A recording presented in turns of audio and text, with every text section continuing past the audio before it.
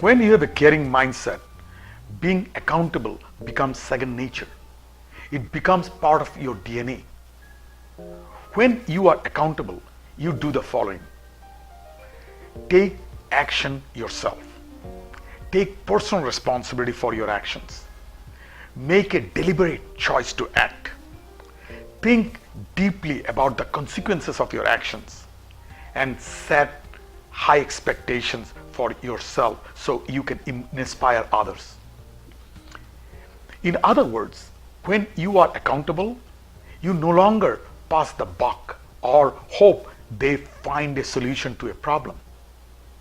You become the solution instead of remaining part of the problem. Without embracing accountability, you cannot have a caring mindset. Don't get me wrong, just because you choose to be accountable does not mean you can't ask for help. Being accountable does not mean you are the one who is expected to swoop down and save everyone. Being accountable does mean being proactive instead of reactive when approaching challenges or solving problems.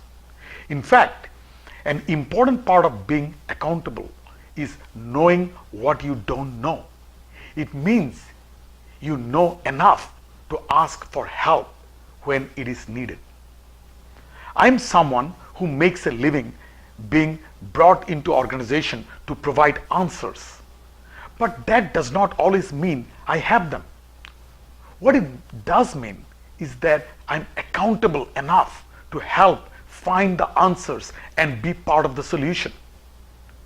Being accountable means not being afraid to stress, trying something new, taking on a challenge, and being purposeful and prideful in the choices and decisions you make every single day at work, at home, and in your community.